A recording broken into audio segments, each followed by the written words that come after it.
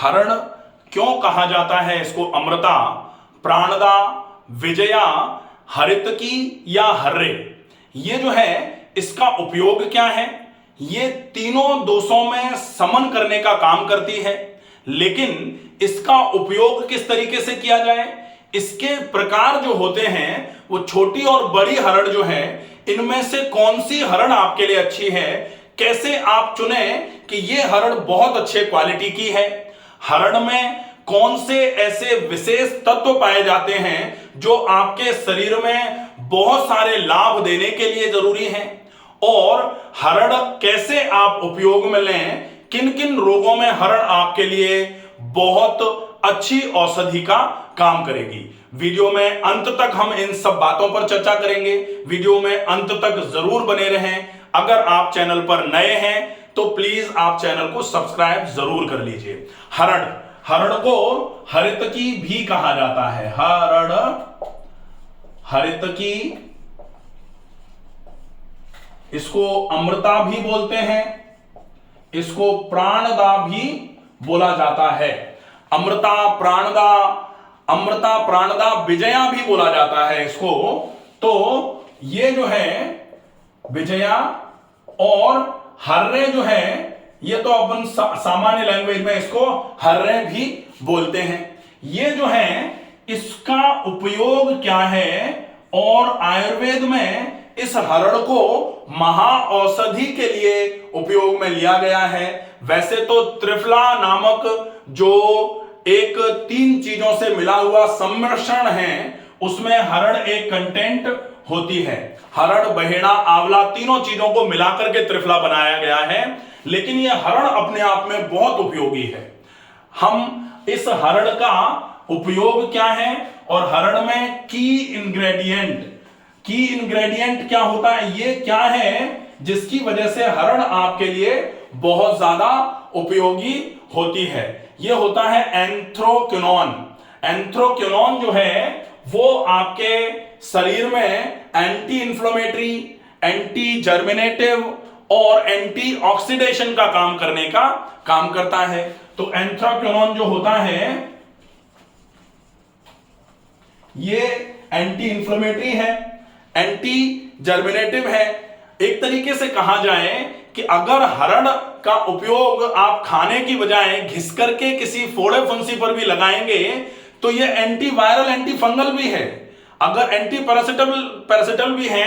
अगर आपको fungal infection हो रहा है, आप हरण को घिस करके उस फंगस के इन्फेक्शन की जगह पर लगाएं, आपको डेफिनेटली उसमें आराम मिलना चालू होगा। ये तो हो जाएगा बाहरी उपयोग, लेकिन हरण का उपयोग अगर हम आंतरिक रूप में करेंगे तो कैसे कैसे ये हरण हमको फायदा देती है। हरण का चूरन ले सकते हैं, हरण को आप कैस्टर ऑयल के साथ भून करके ले सकते हैं, हरण को छाछ के साथ मिला करके बनाना है, हरण को गौमूत्र के साथ भावनाएं दे करके बनाना है, या हरण को आंवला और बहेड़ा के साथ मिला करके त्रिफला बना करके लेना है, हरण को घिस करके लेना है, या हरण को पानी में रात को भिगो करके लेना है, या फिर हरण को, सूखी हरण को पानी से अच्छे तरीके से धो करके मुंह में रख करके उसको लार के साथ उसके रस को अंदर पहुंचाना है। किस तरीके से कौन सी चीज कैसे कैसे आपको किन किन रोगों में फायदा करेगी, हम एक एक करके सारा समझेंगे। तो सबसे पहले जो हरण है वो एंटी इंफ्लेमेटरी का काम करती है, एंटी इंफ्लेमेटरी का काम करेगी। इसलिए हरण जो है वो जहां भी आपके शरीर में सूजन है उस सूजन को कम करने का काम करेगी। अगर हरण एंटी इंफ्लेमेटरी है तो फिर ये अर्थराइटिस में भी बहुत अच्छे तरीके से काम करेगी। हरण वात रोगों को सम करने का काम करती है, इसलिए हरण आपके जो भी जोड़ों में दर्द की समस्या है उसमें बहुत अच्छा काम करेगी। हरण एंटी ऑक्सीडेशन का काम करती है, तो जो फ्री रेडिकल्स के वजह से बॉडी में स्ट्रेस क्रिएट होता है, अगर हरण का उपयोग आप करते हैं तो फ्री रेडिकल्स की वजह से क्रिएट होते हुए स्ट्रेस को कॉम्बैट करने का काम करेगी, उसको ठीक करने का काम करेगी हरण। अगर आप हरण का उपयोग करना चाहते हैं तो कैसे कैसे आप हरण का उपयोग करेंगे? सबसे पहले हरण का पाउडर, अब हम इसमें देखेंगे कि हरड़ को किन किन चीजों के साथ मिला करके लेना चाहिए। हरड़ सामान्य तौर पर उष्ण प्रकृति की बोली जाती हैं, उष्ण प्रकृति है इनकी, इसलिए ग्रीष्म काल में इसका उपयोग वर्जित है। ग्रीष्म काल में अकेली हरड़ का उपयोग वर्जित है, क्योंकि ग्रीष्म काल में पहले से ही बहुत गर्मी होती है और अगर आप हरड़ का उपयोग करते हैं तो गर्मी शरीर में बढ़ सकती है। इसलिए ग्रीष्म काल में अगर बहुत ही ज्यादा आवश्यक ना हो तो हरड़ का उपयोग ना किया जाए। बाकी पूरे जो 5 ऋतुएं हैं उन 5 ऋतुओं में हरड़ का उपयोग किन किन चीजों के साथ किया जाना चाहिए हम देखेंगे। तो सबसे पहले हरड़ का उपयोग अगर वर्षा ऋतु में करते हैं आप, वर्षा ऋतु में हरड़ का उपयोग जो है वो सेंधा नमक से किया जाएगा, सेंधा नमक के साथ, ठीक है। अब हरड़ का उपयोग अगर शरद ऋतु में करेंगे आप तो शक्कर से, शरद ऋतु में शक्कर से आप हरड़ को ले सकते हैं, देसी खांड जिसको बोला जाता है। हेमंत ऋतु में सौंठ के साथ, तो हेमंत ऋतु में हरड़ को सौंठ के साथ लिया जाए। हेमंत ऋतु जो होती है उसमें हरड़ अगर लेना है आपको तो सौंठ के साथ में लेंगे। शिशिर ऋतु जो है उसमें पीपल के साथ, शिशिर ऋतु में पीपल के साथ हरड़ का उपयोग होना चाहिए, लेडी पीपल जिसको बोला जाता है उसके साथ। इसके साथ फिर बसंत ऋतु जो आती है, वसंत ऋतु में हरड़ का उपयोग होगा शहद के साथ। और उसके बाद आती है ग्रीष्म ऋतु, तो ग्रीष्म ऋतु में ये 5 ऋतु है तो ये हो गई। अब आती है ग्रीष्म ऋतु, तो ग्रीष्म ऋतु में हरड़ का उपयोग वर्जित है। तो ये जो है इसमें आप हरड़ को इस तरीके से उपयोग में ले सकते हैं। अब अगर आपको इस तरीके से उपयोग में लेना है तो हरड़ को पाउडर के रूप में आप बना के रखेंगे। हरड़ कौन सी होनी चाहिए, हरड़ के टाइप कितने हैं? हरड़ बेसिकली 2 टाइप की है, एक तो होती है छोटी हरड़ और दूसरी होती है बड़ी हरड़। हरड़ कौन सी वाली अच्छी है, कैसे आप जाने कि ये हरड़ आपके लिए बहुत उपयोगी है? तो आप हरड़ लीजिए और पानी में डाल दीजिए, जो पानी में डूब जाए, जो पानी में डूब जाए वो हरड़ आपके लिए बहुत उपयोगी साबित होगी। तो ये आप तरीका है, इससे आप जान सकते हैं कि हरड़ कौन सी आपके लिए बेहतर है। पाचन तंत्र को हरड़ बहुत बेहतर बनाने का काम करती है, इसलिए हरड़ जो है पाचन तंत्र के रोगों में बहुत उपयोगी है। हरड़ के फायदे जो होते हैं, अब हम देखें हरड़ के कौन से लाभ हैं। तो हरड़ के लाभों में आप देखेंगे कि हरड़ जो है वो एंटी इंफ्लेमेटरी है। सबसे पहले तो एंटी इंफ्लेमेटरी है, तो इन्फ्लेमेशन को कम करने का काम करेगी। एंटीऑक्सीडेंट है हरड़, तो एंटीऑक्सीडेंट है तो ये ऑक्सीडेटिव स्ट्रेस जो होता है उसको कम करने का काम करेगी। एंटी इंफ्लेमेटरी है तो सूजन वगैरह अगर आपको कहीं होती है तो उस सूजन को कम करने का काम करेगी। हरड़ जो है वो मेटाबॉलिज्म को बढ़ाने का काम करती है।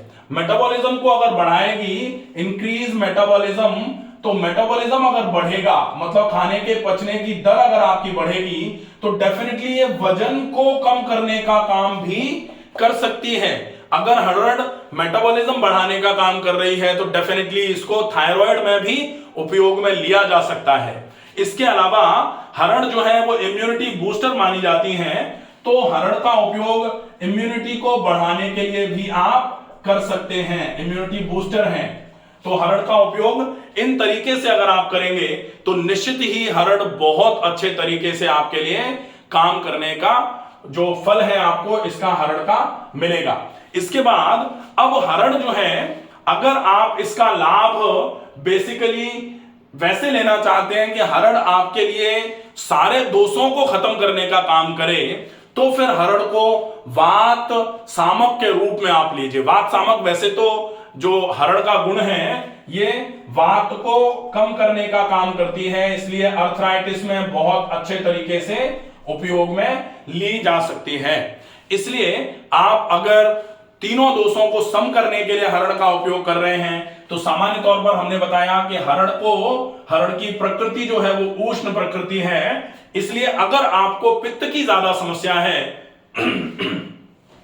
तो फिर हरड़ को आप गर्म पानी के साथ उपयोग में ना लें। और अगर एसिडिटी या गर्मी ज्यादा रहती है, तनाव ज्यादा रहता है और आप हरड़ लेना ही चाह रहे हैं हरड़ के इन गुणों की वजह से, तो कम से कम आप ये ध्यान रखें कि हरण के साथ में पानी आप कम से कम 1.5 गुना कर दीजिए।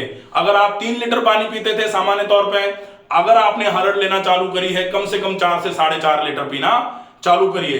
तो जो पानी है वो हरण की गर्मी को धीरे धीरे करके यूरिन से, पसीने से निकालना चालू करेगा, तो शरीर में गर्मी आपके नहीं मिलेगी। अब हरण के लिए एक बहुत पुरानी कहावत कही जाती थी, यस्य माता गृहे नास्ति तस्य माता हरितकी। ये जो कहा जाता था ना कि जैसे माता सबका भला चाहती है, मां सबकी ही अपने बच्चों का भला ही चाहती है, वैसे ही हरण हमेशा ही शरीर के लिए भले का काम ही करेगी। कभी कभी कहा जाता है कदाचित कुप्यते माता, माता कभी कभी कुपित भी हो सकती हैं, लेकिन नोद रस्था हरितकी, हरितकी के साथ में ऐसा कुछ भी नहीं है। हरितकी कभी भी शरीर का बुरा नहीं चाहती, केवल यही है कि अगर हरितकी का गुण उष्ण गुण है तो निश्चित ही बहुत ज्यादा उष्णता शरीर में अगर हो, बहुत ज्यादा गर्मी शरीर में अगर हो, तब अगर इनका उपयोग किया जाए, हरण का उपयोग किया जाए, तो निश्चित ही वो आप पानी ज्यादा पी करके इसका उपयोग करेंगे तो बहुत अच्छा रहेगा। तो ये जो हरण है, हरण का उपयोग आपको कैसे कैसे करना है, हरण का पाउडर बना के रख सकते हैं। साबुत हरण ली, अच्छे तरीके से देख लिया, एक बार पानी से अच्छे तरीके से धूल मिट्टी हटा ली, धो लिया, अच्छे तरीके से सुखा करके उसको कूट करके मिक्सी में ग्राइंड करके पाउडर बना के रख लीजिए। ठीक है, अब वो पाउडर आप कांच के डब्बे में पैक करके रख लीजिए। उस पाउडर का लगभग 2.5 से 3 ग्राम आप 1 ग्लास पानी के साथ में खाली पेट उपयोग में लीजिए। एक बार मोशन हो जाए उसके बाद सवेरे सवेरे डेफिनेटली आपको बहुत अच्छा लाभ मिलना चालू हो जाएगा।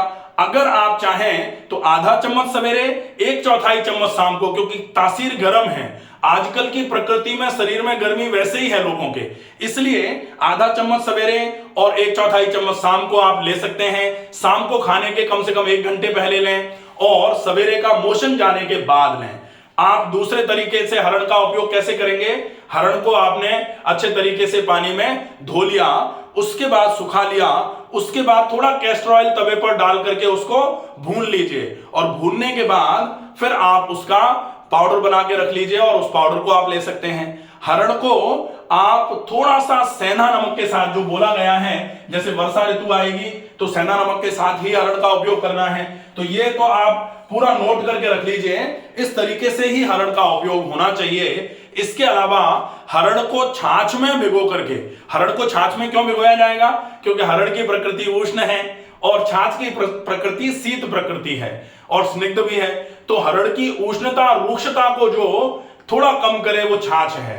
छाछ में हरण को भिगो करके अच्छे तरीके से जब फूल जाए उसके बाद फिर थोड़ा सा पानी से धो करके सुखा लीजिए। उसकी एक भावना 1 बार, 2 बार, 3 बार, आप 4 बार, 5 बार तक ऐसे कर सकते हैं। भिगोया, सुखाया, फिर भिगोया छाछ में, फिर सुखाया, फिर छाछ में भिगोया, फिर सुखाया, तो छाछ की भावनाएं देकर के हरण की गर्मी को कम किया जाए और हरण के पूरे गुण आपको मिल जाएं, इसके लिए आप छाछ के साथ हरण का उपयोग कर सकते हैं। ऐसे ही गौमूत्र के साथ हरण को शोधित किया जा सकता है, तो हरण को गौमूत्र में भिगो करके फुलाया जाए, जब फूल जाए थोड़ा सा पानी के साथ धो करके सुखा लिया जाए, फिर जब पूरा सूख जाए तब फिर गौमूत्र में भिगोया जाए, फिर सुखाया जाए, फिर भिगोया जाए, फिर सुखाया जाए। ऐसे करके आप 3 से 4, 5, 6, 7 भावनाओं तक गौमूत्र की दे सकते हैं। जिन लोगों को भयंकर कोष्ठबद्धता रहती है, कब्ज रहती है और बहुत ज्यादा सूखा हुआ मल आ रहा है, पेट साफ नहीं हो पाता है, ऐसे लोगों के लिए जो गौमूत्र की भावनाओं के साथ हरण को तैयार किया जाता है वो बहुत उपयोगी है, बहुत फायदेमंद है।